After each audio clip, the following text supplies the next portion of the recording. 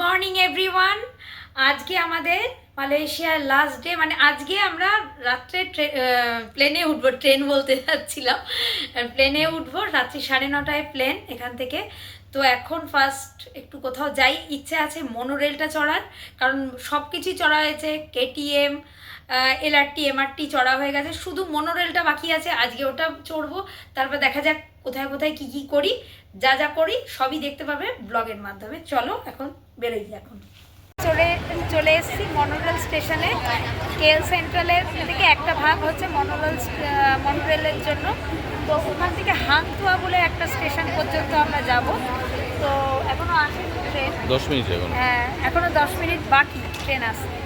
তো এখানে চলে এসেছি, সব রকমের ট্রেনই চড়া হয়ে গেল আজকে। যদি এই এক্সপ্রেস বাদে কিন্তু সব ট্রেন, এলআরটি, এমআরটি, কেটিএম সব চড়া হয়ে গেল। আর লাস্ট দিন আজকে চড়বো মনোরেল।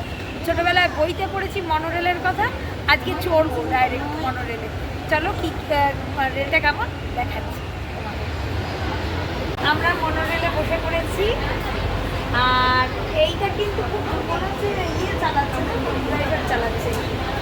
এলআরটি, এমআরটি কিন্তু অটোমেটিক চলে, কিন্তু এটা দেখলাম ড্রাইভার চালাচ্ছে।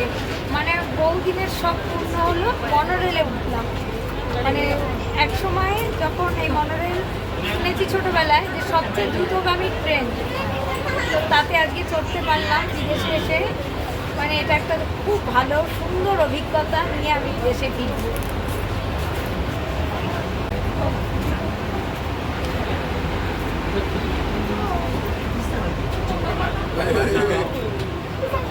এখানে অনেকে দাঁড়িয়ে আছে, আমি দেখাতে পারছি না ভালো করে। দু সাইডে বসার জায়গা যেমন আমাদের মেট্রোতে থাকে তেমন তো আছেই, আমার মাঝখানেও রয়েছে, যেটা কিনা আমি আর আমার হাজব্যান্ড বসে আছি। আমার থেকেও বেশি এক্সাইটেড হচ্ছে আমার হাজব্যান্ড। ওর অনেক দিনের ইচ্ছে ছিল, তো সেটা হলো পূর্ণ। আর আমার তো ইচ্ছা ছিলই।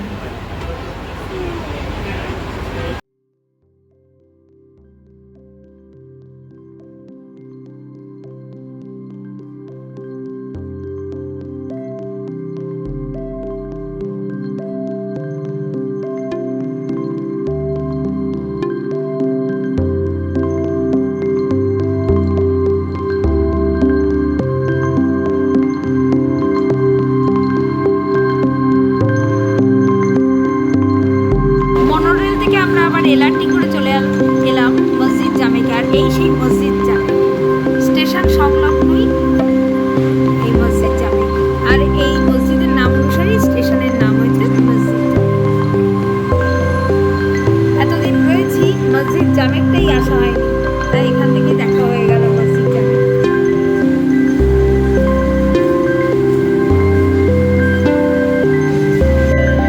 দেখুন কি সুন্দর পিয়ানো বাজাচ্ছে ভদ্র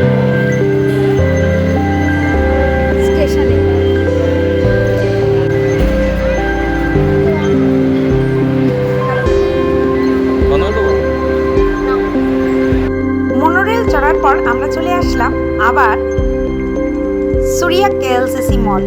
তো এই মলটা ঘুরতে আমার এত ভালো লেগেছে, মানে কি বলবো। মানে আমি 2-3 বার মানে এই মলটা আমার ঘোরা হয়েছে, কিন্তু এত বড় এই শপিং মলটা যে মানে সব জায়গাগুলো কভার একদিনে করতে পারিনি। তো এই লাস্ট ডেতেও আমরা চলে আসলাম সুরিয়া কেএলসিসি মলে।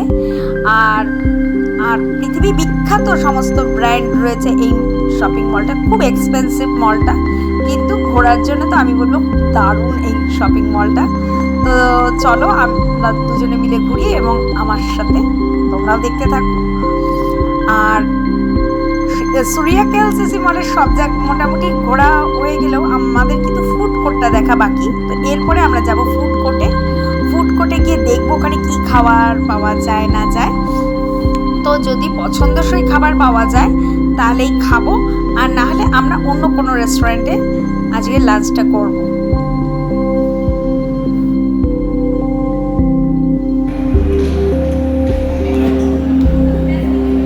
চতুর্দিকে খালি ব্যাগের নামি দামি, পৃথিবী বিখ্যাত সমস্ত ব্র্যান্ড।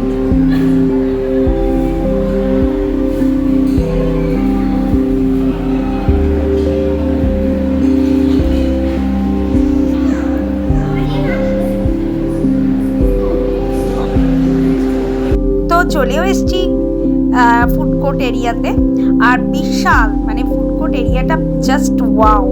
কিন্তু মানে চতুর্দিকে যে ধরনেরই খাবার দেখছি ওই খাবারগুলো খেয়ে আমরা ঠিক অভ্যস্ত নই, মানে অ্যাটলিস্ট আমি তো খাইনি, আমার হাজব্যান্ডও খায়নি এই ধরনের খাবার। তো ঠিক পছন্দ হচ্ছিল না, মানে চা খাবার রয়েছে আর একটা স্মেল আসছিল যেটা কি না আমরা দুজনের কেউই সহ্য করতে পারছি না এই স্মেলটা নিতে।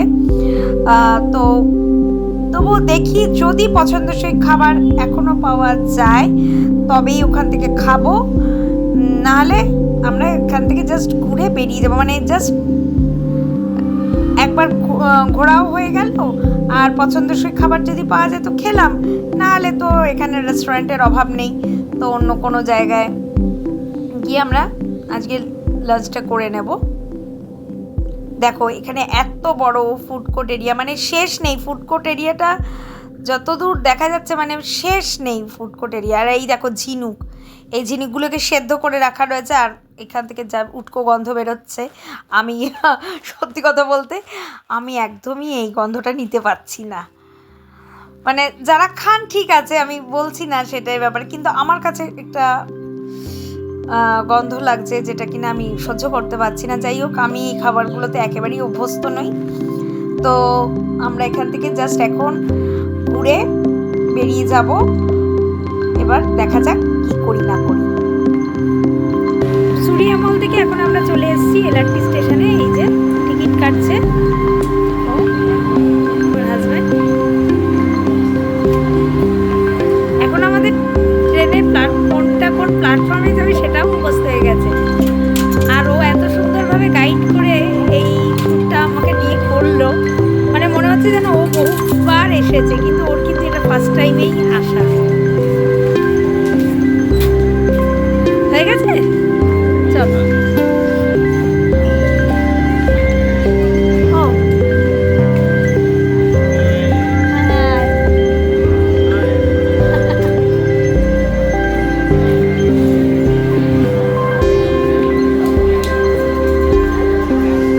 স্টেশনের সামনেও কত সুন্দর, স্টেশনের মধ্যেই দোকানগুলো, এবং প্রত্যেকটা কিন্তু খুব ভালো কোয়ালিটির। আর এখন আমরা চলে এলাম ব্যাটেল লিফ রেস্টুরেন্টে। তো আমরা কয়েকদিন এসছি, আমাদের প্রত্যেক দিনই একটা ট্রাই করেছি এই রেস্টুরেন্টে আসার, আর ইউটিউব থেকে শুনেই আসলাম, ভিডিও দেখেছিলাম যে এখানকার খাবার নাকি খুব ভালো। তো এখানে আসার খুবই ইচ্ছে ছিল। তো কিন্তু যতদিনই আমরা এসছি রেস্টুরেন্টটা বন্ধ হয়ে গেছে, কারণ আমরা রাত্রি 9:30টার পর যতবার গিয়েছি রাত্রে ডিনার করার জন্য, তো বন্ধ পেয়েছি রেস্টুরেন্টটাকে। আমরা ওই জন্য আঞ্জামপাড়ে গেছি। তা আঞ্জামপাড়ের রান্না যথেষ্ট ভালো, ফুড কোয়ালিটি, স্টাফ বিহেভিয়ার খুব ভালো। তো আজকে আসলাম এখানে। আর ব্যাটেল লিফে বিশেষ করে আমার হাজব্যান্ডের এখানে আসার খুবই ইচ্ছা ছিল, তো এখানে এসে ও প্রচণ্ড খুশি, আর আমি তো খুশি হয়েছি। আর এখানে এসে আমরা নিয়ে নিলাম চিকেন বিরিয়ানি, চিকেন কোরমা আর ভেজ ফ্রাইড রাইস অর্ডার করলাম, আর তার সাথে গোলাপ জামুনও ছিল।